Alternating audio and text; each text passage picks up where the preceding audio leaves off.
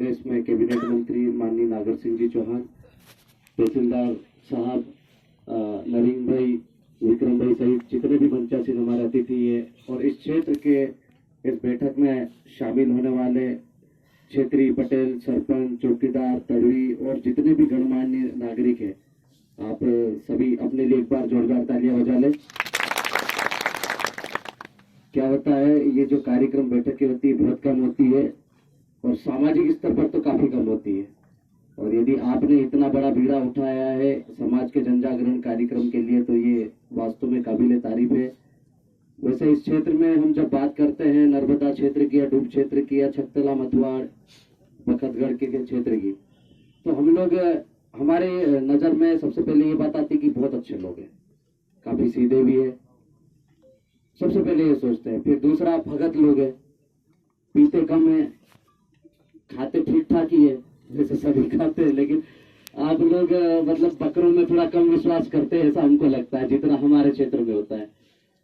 तो हमको ऐसा लगता है कि इस क्षेत्र में ज्यादा सुधार की आवश्यकता नहीं, लेकिन जैसे कि रोहित भाई ने बताया और पहले हम लोग सुन रहे थे, हमारे बीच में एक बहन जी बैठी हुई, शायद राधा दीदी है उनका नाम है, मुझे पता नहीं, तो उन्होंने जो बात रखी है, अब हम जिस टॉपिक पर बैठे हुए मिशन D3 है, लेकिन बहुत ही बड़ा मुद्दा था और उस पर वास्तव में सरकार भी कुछ हद तक काम कर रही है और हमारे यहाँ जिला प्रशासन को भी हम समय समय पर अवगत करवाते रहते हैं शिक्षा के मुद्दे पर, क्योंकि क्षेत्र ऐसा है कि आधे लोग तो अभी भी गुजरात में ही होंगे, घर में तो डाले ना डाली औरतें ही बैठी होगी, बाकी तो सब गुजराती होंगे। और खरीफ के सीजन में पानी आता है तो बाजरा ज्यादा पकता है, इधर बाजरा और मक्का थोड़ी बहुत डालते हैं, कुछ लोग सोयाबीन डालते होंगे। पानी शायद अब आने की तैयारी कर रही है इधर नर्मदा मैया जी, भूमि पूजन हो चुका है तो जल्दी आ जाएगा, तो शायद आप रबी की भी अच्छी फसल ले पाओगे। तो इस बीच में ये बात इसलिए बोलनी पड़ी क्योंकि शिक्षा की बात आई है, तो शिक्षा से जुड़ा ही ये मुद्दा है हमारा मिशन D3। हम लोगों ने देखा पिछले 8-10 सालों में काम करते करते, आप लोग भी कर रहे हैं, कहीं डाले हो गए। अभी विक्रम जी ऐसा बोल भी रहे थे कि राजीव गांधी मोर्ची में इंदिरा गांधी भी जाती रही, बाकी आदिवासी नहीं सुधरे, थोड़े बहुत मोदी जी भी आधे हो गए और हम भी थोड़े बहुत आधी उम्र में आ गए ना, कुछ लोग इधर बैठे वो भी आसपास की उम्र में ही जाने वाले की स्थिति में, तो जाना एक दिन सबको है। लेकिन इतनी उम्र होने के बाद भी, समय समय पर जन जागरण कार्यक्रम होने के बाद भी इधर तो सत्संग भी होते रहते हैं, कथाएं भी होती रहती है, दुनिया भर के आयोजन होते, धार्मिक आयोजन होते, सब होते हैं, लेकिन हमारा व्यक्ति उस चीज से बाहर नहीं निकल पा रहा, उस दल से क्यों नहीं बाहर निकल पा रहा है। ये चीज हमने सोची, देखी, जानी और तो रिसर्च किया हमने, तो पता चला ये 3 D आए सामने। अभी पोस्टर ढंग से लगा नहीं तो आपको दिख नहीं रहा होगा।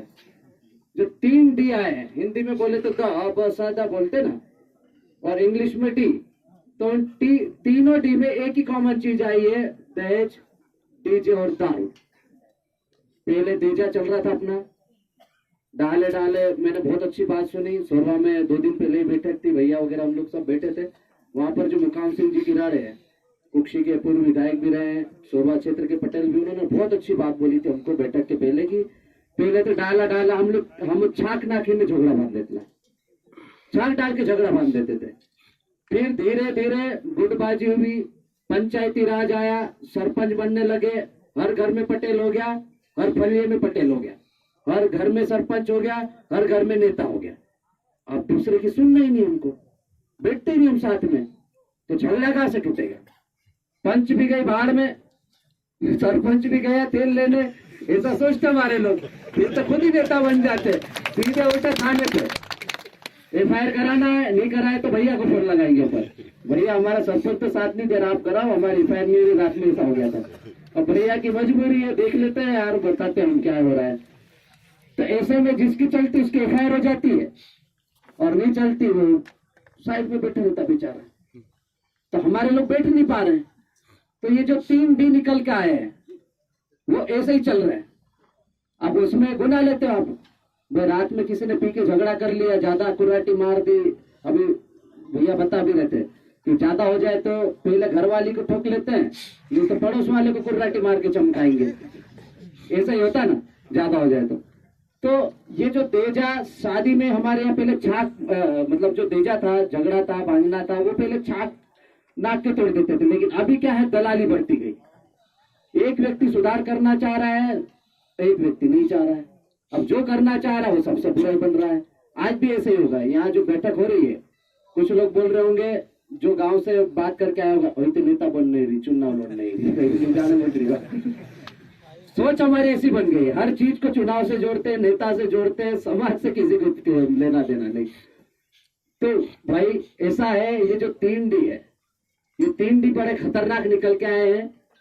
पहला देजा जो गुना झगड़ा भांजना है। भैया ने जो खट्टाली में एक बहुत बड़ी बात बोली थी कि मेरी शादी 12,000 में हुई थी। अभी कितने में शादियां हो रही है यहाँ पे? 1-1, 2-2, 2.5 लाख में हो रही ना। तो चांदी का भाव तो पूरे देश में विदेश में मतलब सेंसेक्स की तरफ बढ़ता है। वो हमारे हाथ में कंट्रोल में नहीं है। लोग अक्सर कमेंट करते हैं, वो नीति आयोग के हिसाब से होता है, वर्ल्ड लेवल पर तय होता है। लेकिन देजा झगड़ा गुना भांजना हमारे हाथ में, गांव के पटेल सरपंच चौकीदार तगड़ी के हाथ में। आप क्यों बढ़ा रहे हो यार इसको? पैसा तो उतना ही कमा रहे हो, खेती बाड़ी कर रहे हो, आप रात दिन मेहनत कर रहे हो, बीच में गुजरात भी जाते हो। सब डाले के बच्चे तो आधे गुजरात में होंगे अभी। अब वो पैसा लाएगा कहां भरता है? वाणी क्या भरता है, बंगी क्या भरता है। तो हमने यही सोचा कि हमारे पास जमीन है, ये ताड़ है, ताड़ की ताड़ी भी बेच रहे हो, आम भी फल मिल जाते हैं आपको, बेच देते हो, मौड़े की शराब भी बना के बेच लेते हो, ताड़ी भी बेच लेते हो, सब कुछ कर लेते हो। प्राकृतिक संसाधन भरपूर है और पास में नर्मदा मैया है, तो आप वहां से भी मछली निकाल के भरपूर बेच रहे हो। पैसा तो चारों तरफ से आ ही रहा हमारे पास, लेकिन जेब में नहीं बच रहा है। तो वो जेब में क्यों नहीं बच रहा है, ये बात हमको पता चली थी। 3D निकल का है। हमारा व्यक्ति 500 रुपए की मछली पकड़ता है तो 500 रुपए की रात में दारू पी जाता है, वहीं की वहीं निपटा देता है, नहीं तो मुर्गा खाएगा, ज्यादा कमा लेगा। यही करता है और शाम को झगड़े करता है। फिर बाद में डीजे नया है, पहले नहीं था, 8-10 साल पहले आया। पहले ढोल के मांदले में हमारे लोग बहुत बढ़िया शादी करते थे, पारंपरिक वाद्य यंत्र थे, किसी को नुकसान भी नहीं होता था उससे। लेकिन अब डीजे आ गया। रोहित भाई ने सही साठ बताया, और डीजे भी ऐसा छोटा होता नहीं। आपका ये पड़ोसी गुजरात है, तो गुजरात में ज्यादा बड़े बड़े महंगे डीजे, अपने यहाँ के 10-15 हजार वाला कम पड़े नहीं, गुजरात से बुलाएंगे, टाइगर डीजे बुलाएंगे, 1.5 लाख का बुलाएंगे, कम वाला तो होना ही नहीं तो वो लाड़ी वाणी नहीं बैठे, लाड़ा पगड़ी नहीं बंधवाए। ऐसी स्थिति हो गई। नए लड़के हैं, समझ में नहीं आता। और नए लड़के जब डीजे बजता है तो कैसे नाचते हैं?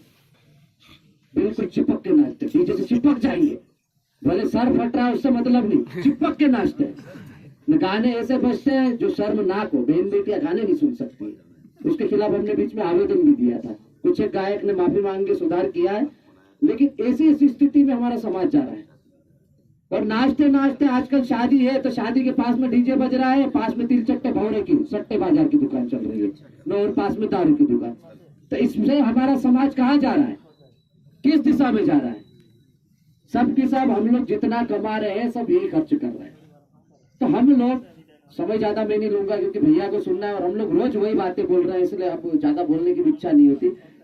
तो हम लोग इस 3D पर काम करते करते आपको जो अतिरिक्त खर्चा है, फालतू खर्चा कर रहे हो और खर्चे से कर्जा हो रहा है आपका, उस कर्जे से बचाने की मुहिम है।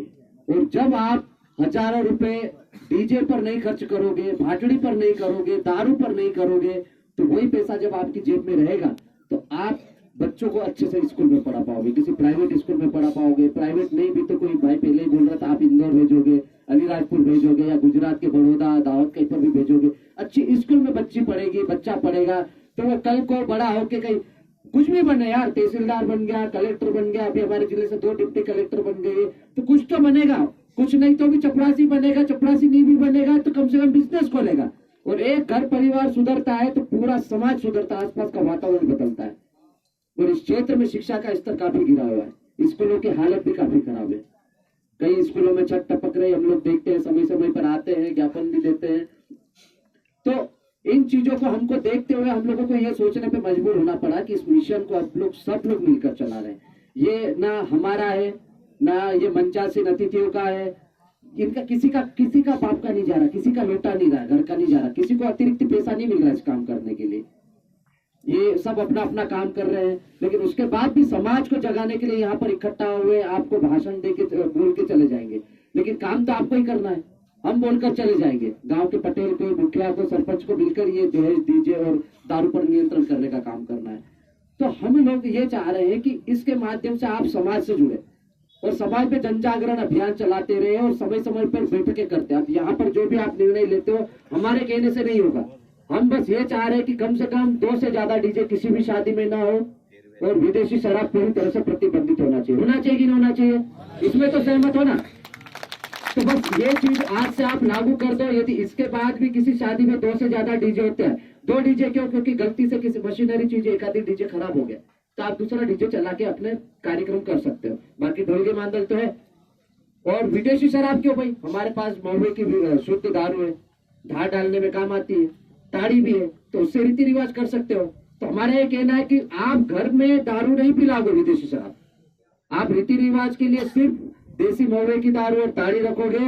यदि आपके घर में विदेशी शराब पाई जाती है या पास में दुकान लगाकर कोई बेच रहा हो तो आप मना करेंगे, नहीं तो आपके गांव के पटेल और सरपंच और जितने भी गणमान्य नागरिक जिम्मेदार लोगों की जिम्मेदारी है कि ऐसे लोग जो 2 से ज्यादा डीजे बुला रहे हैं और विदेशी शराब भी पिला रहे हैं, उनके यहाँ पगड़ी बांधने भी मत जाओ, भेल की भी मत दो और शिकायत करके वहां पर उनके डीजे भी जब्त कराओ और एक आधी दारू बेचता हो तो कार्रवाई भी कराओ, तभी लोग सुधरेंगे। अभी झाबुआ में डीजे भी जब्त हो रहे हैं और जो बीच में तोड़ कर रहे हैं, भांगड़ाई कर रहे हैं, उनके ऊपर कार्रवाई भी हो रही है। आज की ब्रेकिंग न्यूज भी है।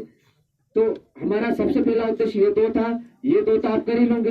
तीसरा है तेजा गुना झगड़ा बांधने का, इस क्षेत्र में कम है लेकिन सभी पंचायत गणमान्य नागरिक यहाँ पर बैठे और आपके गांव के पटेल सरपंच है, यहाँ से खाली आप उठ के मत जाना।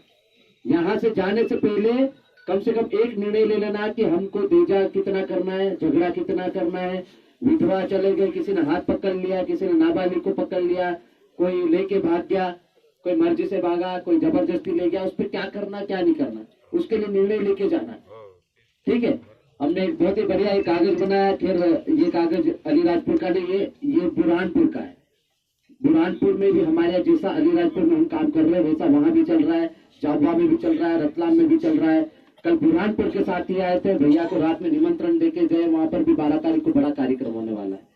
तो हम लोग चाह रहे कि अलीराजपुर एक मॉडल बने पूरे प्रदेश में कि अलीराजपुर में D3 मुहिम स्टार्ट हुई थी और D3 मुहिम के माध्यम से अलीराजपुर में जहाँ 10 से 20 डीजे बजते थे वहां पर सिर्फ 2 डीजे में काम हो रहा है। विदेशी शराब जो हमारे कमरे भर भर के भाटड़ी रहती है, दारू पी पी के लोग पड़े रहते हैं, उस शादी में विदेशी शराब पूरी प्रतिबंधित कर दी गई है और तेजा झगड़ा गुना भांजना जो भी होता है वो सबसे कम किया गया है। और यही मॉडल पूरे प्रदेश में लागू होगा, पास के गुजरात में भी होगा, राजस्थान में भी बैठकों की तैयारी चल रही, तो आप सबका नाम होगा। हम लोग बहुत अच्छा काम कर रहे हैं, निश्चित रूप से ये पवित्र और नेक उद्देश्य के साथ काम कर रहे हैं।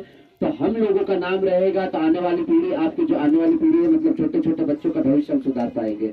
तो समय काफी हो चला है, बोलना बहुत कुछ है, आप लोग यहाँ से खाली हाथ ना जाए, संकल्प लेकर जाएंगे। माननीय कैबिनेट मंत्री हमारे बीच में बैठे हैं, उनकी बात सुनेंगे, उद्बोधन के पश्चात ही हम लोग बात करेंगे और फिर बाद में घर जाएंगे। धन्यवाद। इंकलाब जिंदाबाद।